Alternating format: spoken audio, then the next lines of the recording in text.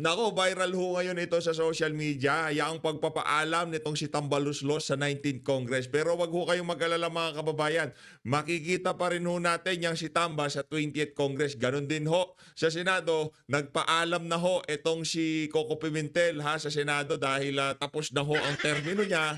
Pahinga-pahinga na rin Brad ha, okay na rin yan. Maraming natuwa sa ating mga kababayan sa kanilang natunghayan sa pinakahuling sesyon na Senado na kung saan nagbigay ho ng talumpati itong si Risa Hontiveros dito kay Koko Pimentel. Pero bago yan mga kababayan, isang like at isang subscribe. Masaya na ho tayo dyan sa mga gusto sumali sa ating community.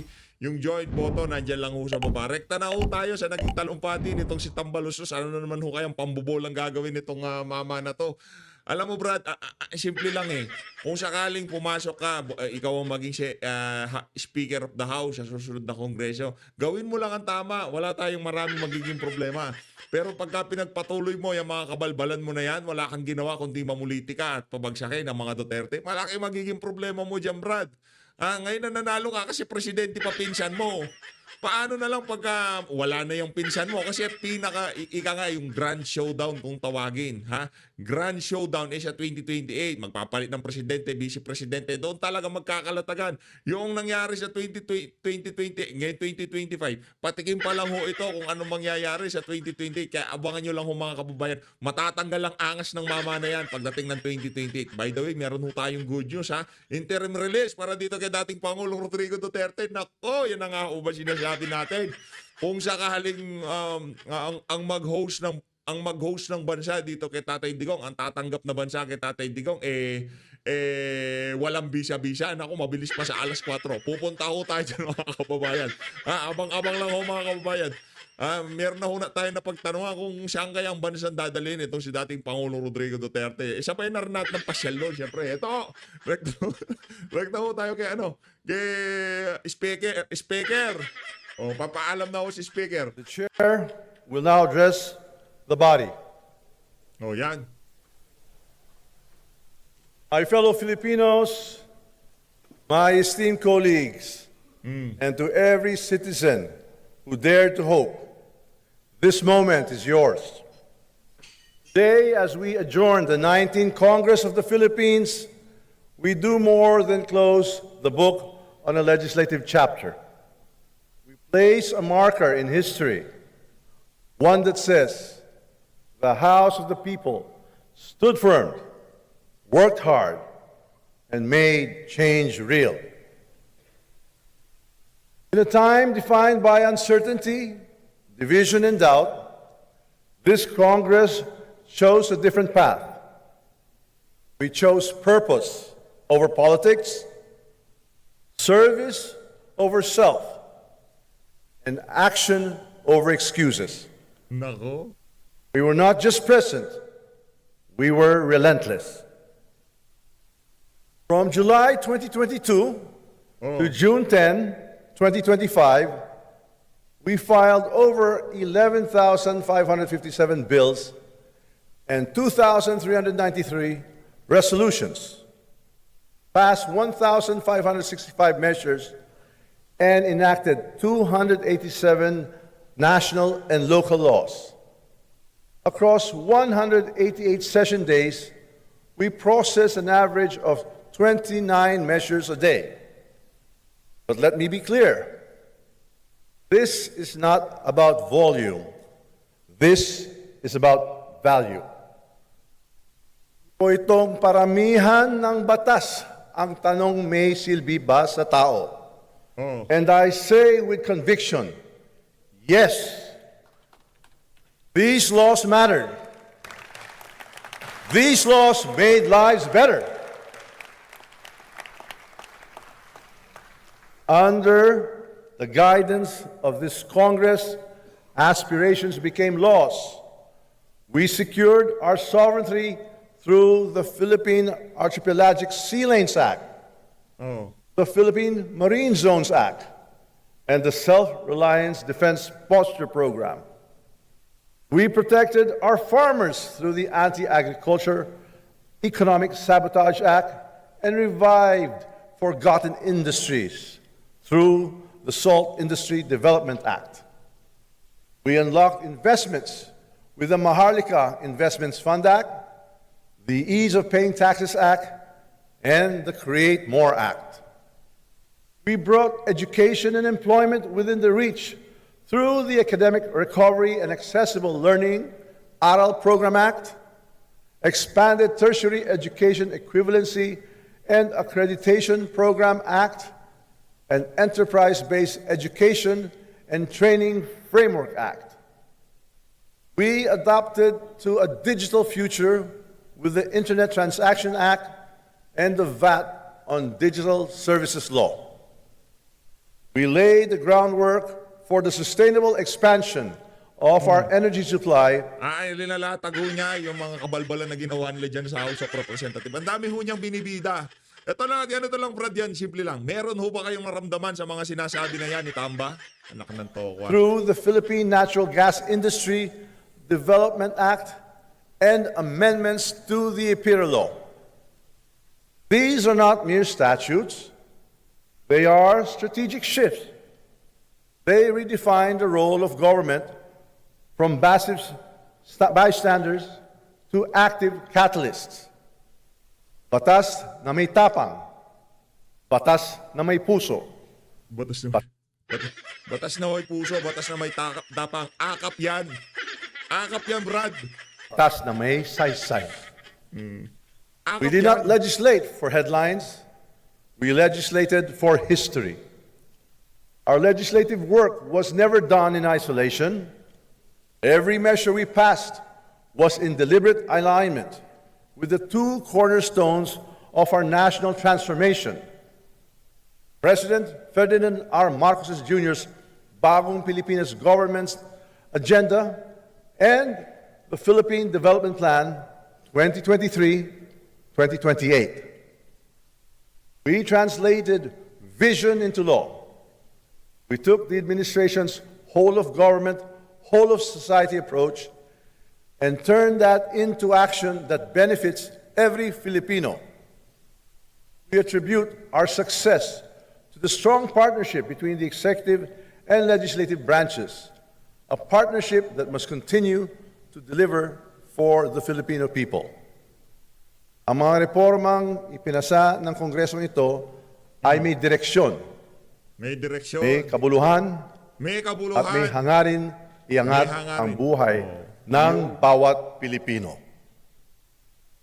From food security to digital transformation, from social protection to economic resilience, this Congress became a legislative engine that powered Bagong Pilipinas. Wow. Our collaboration with the executive was neither automatic Galing sana, no? Galing sana kung, di ba, bumibida ng ganyan itong si Romualdez. Okay sana kung yung resulta ay nakita ng mga kababayan natin. Ang saya sana pagka ganun eh. Kasi wala ho tayong nakitang resulta sa trabaho nitong mga walang yang to. Naubos ho yung 3 taon. Wala ho silang naiambag. Maliban doon sa walang kaliwat ka ng ang tawag dito, hearing na ginawa nila dyan sa TWADCOM, dyan sa TRICOM, dyan sa Committee on Appropriation, di ba? Maliban doon sa mga committee na yon, wala ho tayong, maliban doon sa mga hearing na yon, hindi ho naging kapakipakinabang itong 19 Congress na to sa pamumuno nitong si Speaker Martin Romualdez dyan sa House of Representatives. Wala ho tayong nakitang resulta. Maliban sa puro hearing hong ginawa nila, sa totoo lang. nor ornamental. It was deliberate and essential. Out of the 64 bills in the common legislative agenda, we enacted 33 into law. We passed 27 out of the 28 priority LEDAC measures on time and on target. This unity was never about surrendering independence. It was about aligning our purpose with the priorities of the Filipino people. It was about making government work, not just from Malacanang or from Congress, but as one government, one republic, one nation. 19th Congress was not only productive, it was inclusive. We made space for every voice: women, youth, indigenous peoples, persons with disabilities, and marginalized sectors. Ito ang tunay na tahanan ng mamamayan, bukas sa lahat, para sa lahat. Wow. Bukas sa lahat, para sa lahat. Anak ng to, ang ganda na ano Meron ding ghostwriter to, parang si Risa. Sigurado tayo, ano yan malamang si Jude Asidre nagsulat niyan. We take pride in the empowered leadership of our women legislators, whose diligence, brilliance, and compassion gave depth to our laws and debates. We salute our sectoral and party list representatives who grounded our policies in the realities of ordinary Filipinos, from farmers and laborers to solo parents and persons with special needs. And to our young guns, a special shout out to SDML, Congressman Ferdinand Marcos, our young lawmakers, Wow. who brought innovation, passion, and purpose to this chamber. You have proven the future of the House is bright. You, Bright daw ang picture ng Congress habang nandiyan anong pangalan to, si Charis. Anak ng toko. Ito sa pamilya ng Marcos, simple lang yan. Magpapulburun test kayong lahat. Lahat na, wag na lang si Marcos Jr., pati yang si Sandra. Lahat na, maging ikaw, Brad. Para magkaalaman kung mga kasi marami nagsasabing mga pulburonik daw kayo Bihira show that courage has no age and that fresh ideas can thrive within the walls of tradition. Ang kabataan ng Kamara, hindi lang pag-asa ng bayan, katuwang nasa paggawa ng pagbabago.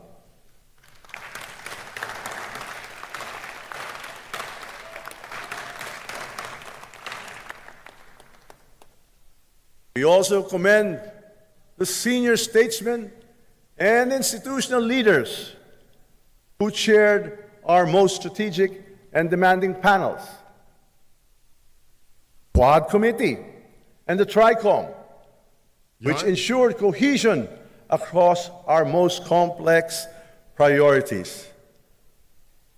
Committee on Good Government and Public Accountability, which fearlessly tackled anomalies and upheld the House's moral compass.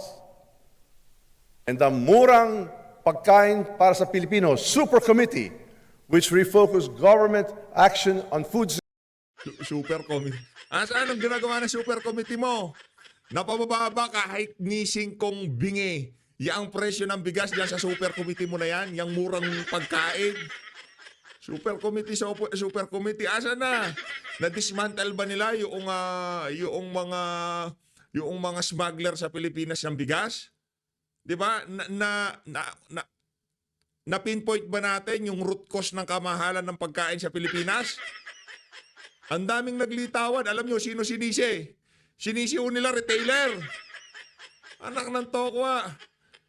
Hindi nila sinisi ang pamahalaan sa napakapangit na serbisyo para sa mga magsasaka. Walang irrigation, walang teknolohiya, hindi nila sinisi yun. Isinisi nila yung mga nagbebenta. Yung mga nagbebenta na yan, kung magkano ang kuha nila, papatong na, natural, negosyante yung mga papatong yung mga yan. Pero kung maraming supply, mura talaga ang bentahan at kumikita ang mga magsasaka, yun ho ang normal na paraan para pababain ang presyo ng mga pangunahing bilihin. Hindi puro import ng import. Walang niya kayo. Natapos yung super committee nila, hindi man lamang naging malinaw sa kaisipan ng ating mga kababayan. Hindi man nila na-pinpoint diyan sa committee na yan kung ano nga ba ang root cause ng napakamahal na presyo ng bilihin sa Pilipinas. Yung simple na yun, hindi nila malaman-laman. Kasi pagka talagang hinukay nila ng hinukay yan, babalik ko sa kanila problema. Ano problema? Kakurakutan ng mga politikong kagaya nyo diyan sa House of Representatives. Yon ang problema. Huwag kayong mag-committee. Anak ng tokwa. Kayo ang problema ng bansa na to. Yung mga walang yang politiko dyan sa House of Representatives, yung mga kurakot, mga magnanakaw, mga walang hiya, wag nyo nang hanapin kung sino problema. Kayo ang problema dyan. Security kayo. and affordability. These committees help restore public trust, proving that transparency, efficiency, and compassion can coexist with lawmaking. Also today, I rise, not in defiance, but with resolve, guided by duty, grounded in principle. The decision of the Senate, sitting as an impeachment court, to return the articles of impeachment is deeply concerning. Nako. These articles were transmitted by the chamber in accordance with the Constitution and with the overwhelming support of 215 members who answered the people's call for accountability. Let me speak plainly, yet with utmost respect.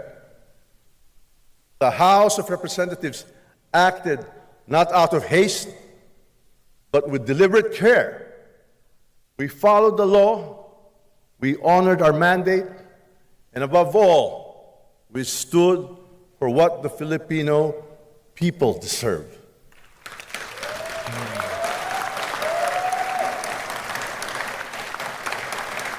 Yung mga hindi pumapalakpak, walang ayuda. Yung mga hindi pumapalakpak, walang ayuda. Naknanto ko si Raul Manuel, di na pumapalakpak, di nakapasok eh. Oo. Si Raul Manuel, ito si Raul Manuel. Di na siya pumapalakpak. Bahala kayo dyan, di na ako salis ng Oo.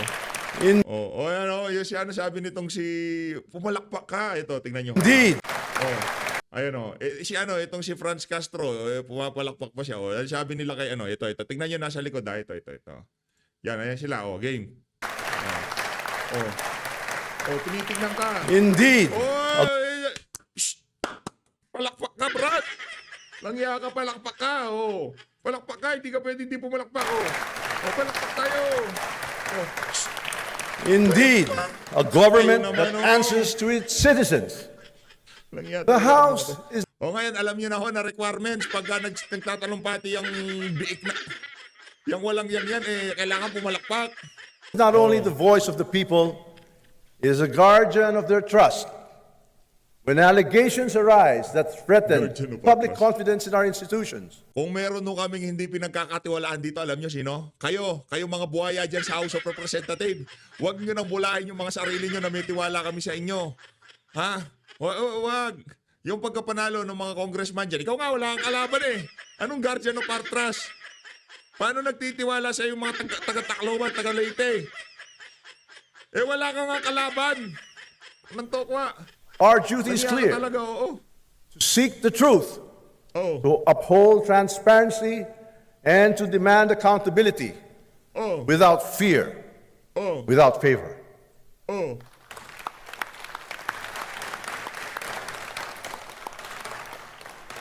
This is not a political exercise. This is our constitutional duty. That is why we will continue to move forward respectfully but resolutely.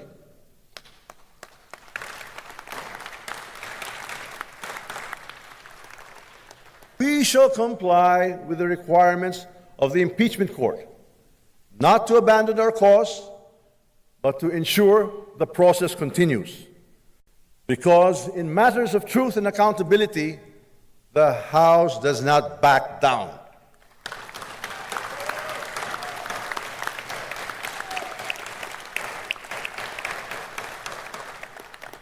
We act not for ourselves, but for the nation, for every Filipino who hopes for clean, honest governance, for every citizen who still believes that public office is a public trust.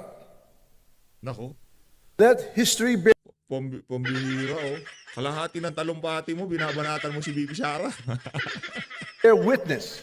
Kaya ka The naman, House of the people stood firm, not in opposition, but in conviction. In this House, we did not falter, we stood firm.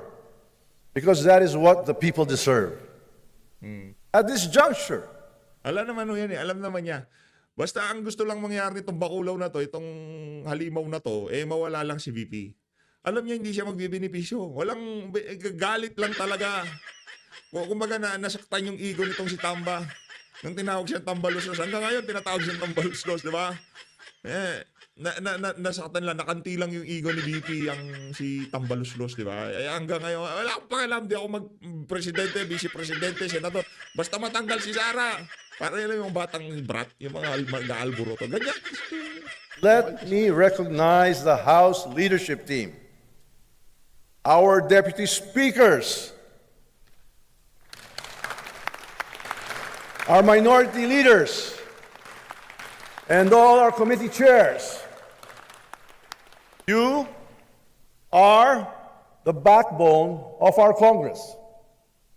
You are the source of our productivity. Sa bawat tagumpay ng Kongreso, may mukha sa likod ng kamera. Ang pinuno ng mayorya at minorya at ang mga taga-pangulo ng mga komite na tahimik na nagsisilbi. To our House Secretariat, legislative staff, public affairs teams, maintenance crews, security personnel, and support units. You made these achievements possible. To the staff who stayed late so we could finish early. To the hands that delivered our mandates, mandamo nga salamat.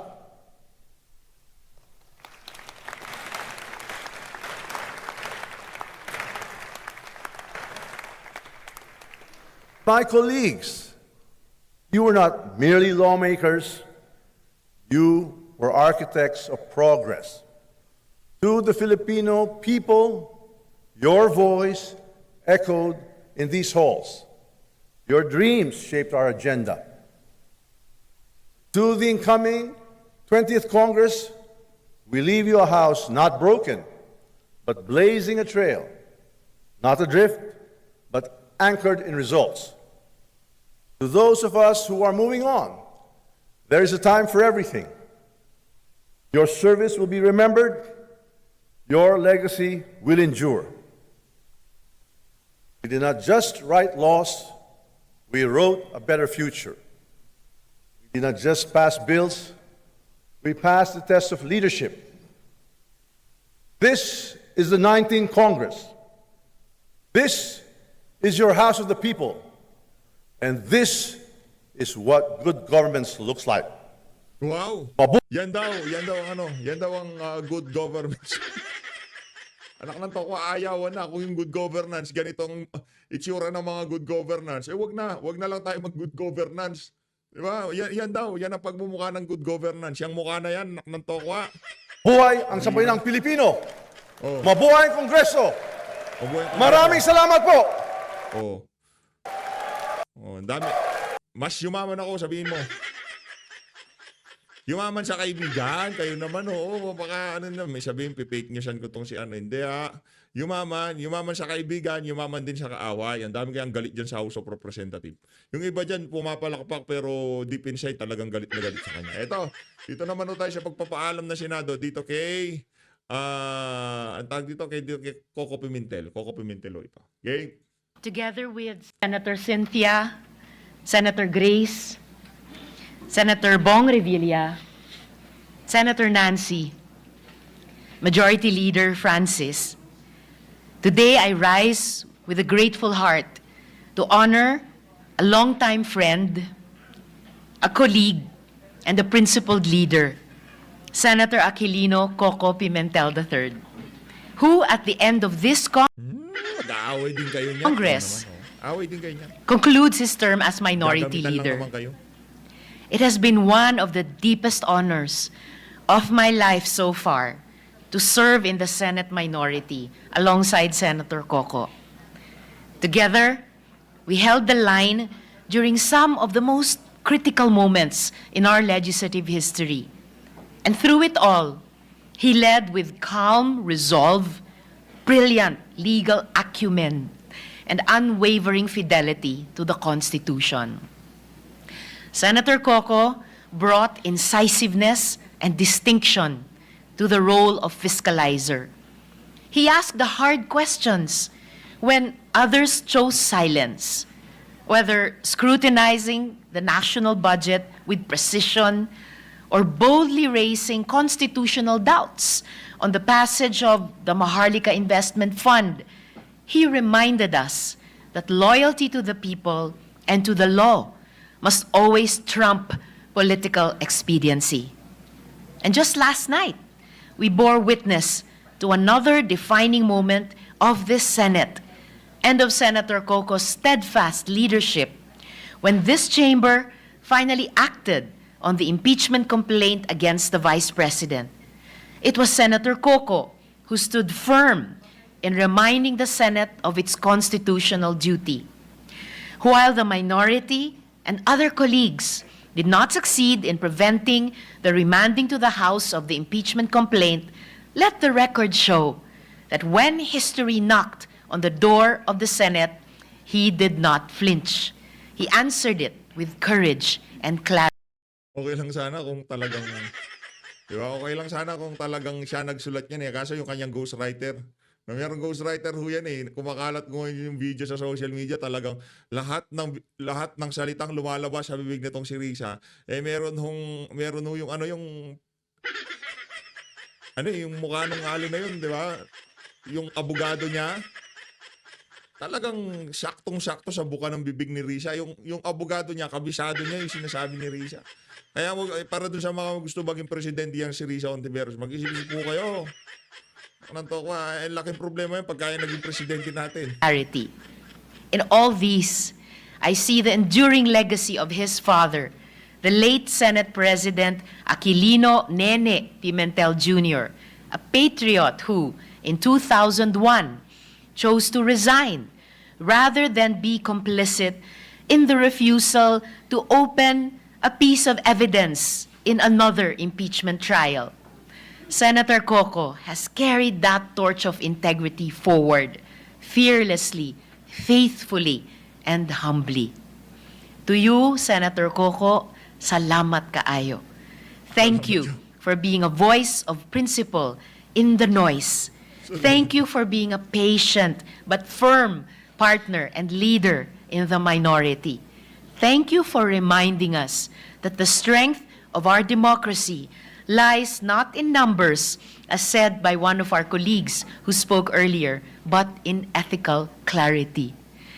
The Senate just won't be the same without you. But I have no doubt that wherever your road next leads, you will continue to be a servant of the people and a steward of our democracy. Mabuhay ka, Senator Koko. Padayon at maraming salamat. Salamat, Mr. President. Ayun ho ang, magkano pa siya Noted and entered into the records. Thank you, Senator. Di lahat ng nagyayakapan, nagmamahalan yan, nagtandaan niyo mga kababayan. Yan dalawa na yun, gagamitan. Yung isa gusto maging presidente, yung isa, hanggang ngayon, di pa rin niya, yung pagiging support niya sa PDP. Brad, bigay mo na kasi. Kumbaga, move on. Di ba? Hanggang ngayon, yung pagiging support niya sa PDP, di siya makapag-get over na nakuha sa kanya yung PDP laban, di ba? O, yan o, yung isa gusto maging presidente sa 2028. Yung isa, revenge sa mga Duterte. So, Lex, maraming salamat to sa pag-support sa PH Update. Mag-ingat to kayo lahat. Pag kayo magbobola, napakaraming, napakaraming kaganapan ngayong mga panahon na to at piliin nyo lang ho kaninong punto de vista mga pakikinggan nyo. Pagka alam nyo kilala talagang taga-suporta ni dating Pangulong Rodrigo Duterte, suportahan ho natin lahat ng mga yan. Maraming salamat ho mga kababayan. Mahalin natin ang Pilipinas. Mabuhay!